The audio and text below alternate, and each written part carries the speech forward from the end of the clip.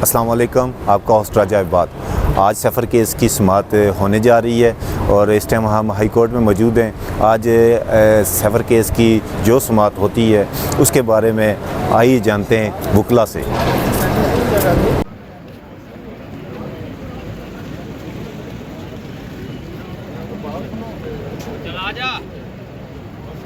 God کہنا پڑ گیا ججز کو، میں نے کبھی کسی جج صاحب سے او مائی گاڈ نہیں سنا، یہ پہلی دفعہ ہے۔ سلمان صاحب یہ جرا کا حق جو ہے وہ نہیں دیا گیا، گواہ پراپر ریکارڈ نہیں ہوئے، تو ان سارے معاملات سے تو دیکھ کے لگتا ہے کہ معاملہ ریمانڈ بیک ہوگا۔ مطلب دیکھیے، یہ سرکار کو تو کوئی باعث کوئی پریجڈس نہیں ہوا۔ دونوں ملزمان دیکھیں، ایک کیس کو کتنی دفعہ چلانا ہے۔ چلے میں آپ کو ایک بات بتاتا ہوں، CSS انسان کرتا ہے، 3 موقع ملتے ہیں۔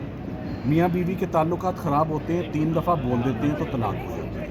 CSS کے بھی 3 موقع، میاں بیوی کے تعلقات ختم ہونے کے لیے بھی 3 موقع، 3 بار طلاق کہتے ہیں تو طلاق ہو جاتی ہے۔ جج صاحب کو 3 موقع دے دیے گئے، چوتھا دن کس قانون میں لکھا ہے کہ جج کو چوتھا موقع آپ دیں گے کہ اب کہ وہ کیس صحیح چلا دیں؟ یہ زیادتی ہے، یہ ظلم ہے دونوں لوگوں کے ساتھ۔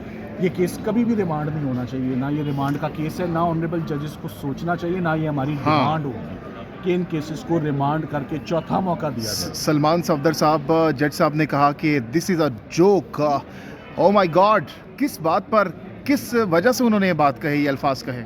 اس بات پر انہوں نے کہا جب جج صاحب نے ایک دن وکیل کے نہ پیش ہونے پر ای میل کر دی ایڈوکیٹ جنرل آفس کو کہ مجھے کوئی قابل اور ہونہار وکیلوں کی لسٹ پرووائڈ کریں، اس کے 2 گھنٹے بعد ایڈوکیٹ جنرل آفس نے وہ لسٹ بھیج دی کہ یہ ہے، جس پہ انہوں نے کہا او مائی گاڈ۔ آج کی سماعت سے مطمئن ہیں آپ، اور آنے والے دنوں میں کیا لگ رہا ہے آپ کو آج کی سماعت کو لے کر؟ ججز بالکل حیران ہیں کہ جج صاحب نے کیا کیا ہے۔ ان کو قانون ہی نہیں پتا، ان کو CRPC کا نہیں پتا، قانون شہادت کا نہیں پتا، رائٹس آف ایکیوزڈ کا نہیں پتا، ٹرائل کیسے چلانا ہے نہیں پتا۔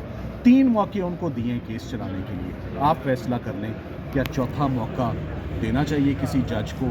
کیا 4 مرتبہ کسی کلائنٹ کے اوپر یہ بوجھ ڈلنا چاہیے کہ نئے وکیل انگیج کرو، نئی شہادتیں کرو؟ میں آپ کو ایک اور بات بھی بتا دوں، یہ آپ کو کوئی نہیں بتائے گا، پر یہ میری اپنی ایسٹیمیشن ہے اس کیس کی، یہ پاکستان کی ہسٹری کا سب سے مہنگا ٹرائل ہوگا سرکار کے لیے۔ گواہ باہر کے ملک سے بلائے جاتے ہیں، ٹھہرائے جاتے ہیں، ہوٹلز میں ان کا سٹے ہوتا ہے، لمبی 2-2 3-3 دفعہ ان کو ٹکٹس دی جا چکی ہیں، فورن آفس کے 5 سے 6 گواہ ہیں۔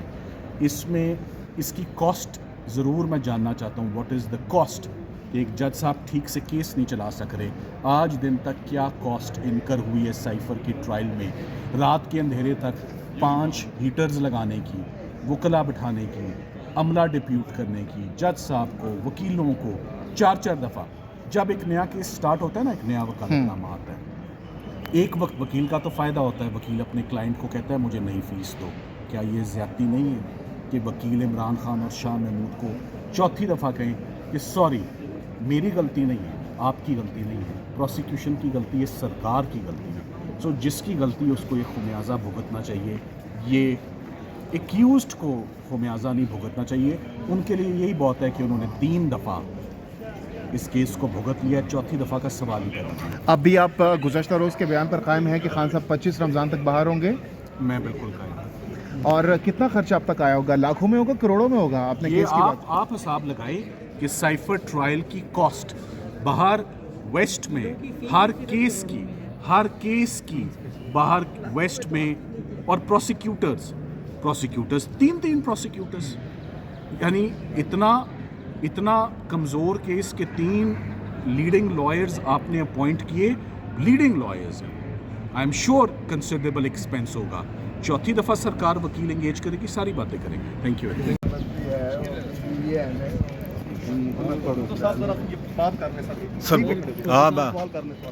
کیس کے حوالے سے، سفر کیس کے حوالے سے، یہ سر آج کی سماعت کے حوالے سے بتائیے گا۔ دیکھیں، آج کی سماعت جو ہے، اگر اس طرح آپ بیٹھیں گے 2:30-3 بجے بیٹھیں گے اور 15 منٹ کی سماعت کریں گے تو پھر تو ظاہر ہے یہ لامتناہی سلسلہ چلے گا۔ تو اس لیے استدعا ہے کہ جس طرح نواز شریف کے کیس کو سرعت سے سنتے ہیں شریفوں کے، اسی طرح باقی کیسوں کو بھی اسی سرعت سے سنیں۔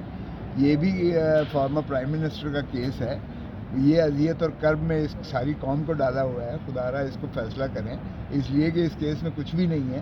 کیا آپ کو بری کرنے ہوئے میں ہچکچاہٹ ہو رہی ہے؟ تو سر اگر کیس کو پھر اتنا لمبا کیوں لٹکایا جا رہا ہے اگر کیس میں کچھ نہیں ہے؟ پوچھیں ان سے.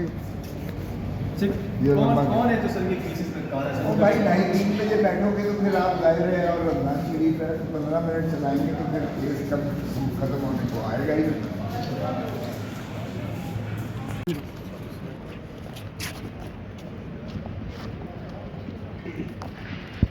سر سماعت کے والے سے بتائیے.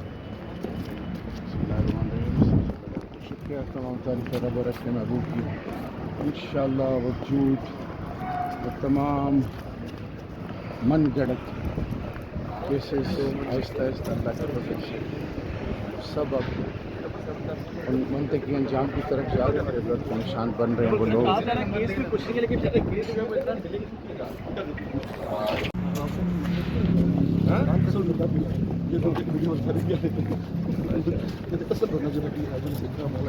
اچھا مروہ صاحب، خبریں آ رہی ہیں کہ آپ نے کور کمیٹی میں کوئی معذرت کی ہے کہ کوئی جو اختلافی بیانات آج کل اختلافی بیانات جو ہیں آپ نے دیے ہیں وہ نہیں دیں گے آئندہ. سر اندر نہیں آنے گا. میں نے کور کمیٹی میں کوئی معذرت نہیں کی. کس چیز پہ معذرت کروں؟ اور یہ خبر لگائی کس نے اور کس نے لگائی ہے؟ جھوٹ لگائی ہے. تو میں نے کوئی ایسے اختلاف ہی ہمارا نہیں ہوا.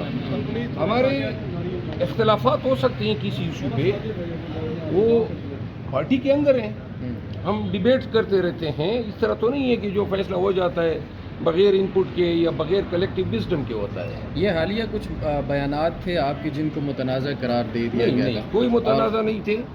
اور ان کی سب نے، علی ظفر صاحب نے کہا ہے، بے سکور صاحب نے کہا ہے جو بیانات تھے وہ درست تھے. سمجھ گئے. اور یہ مزید اس چیز کو ویسے ہی آپ لوگ اچھال رہے ہیں.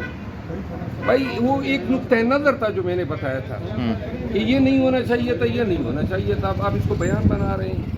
میں نے کہا وہ غلطیاں تھیں. تو یہ تو آپ سمجھتے ہیں کہ جو اتحاد ہے سنی اتحاد کونسل کے ساتھ وہ ابھی بھی ٹھیک ہے، اس میں کوئی غلطی نہیں تھی؟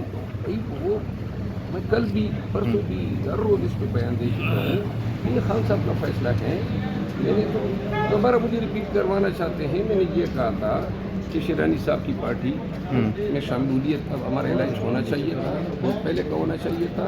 اور دوسرا میں نے یہ کہا کہ وحدت المسلمین کو اگر ہم جوائن کرتے تو ہم یہ بیان ہے، اس میں کوئی تضاد نہیں ہے.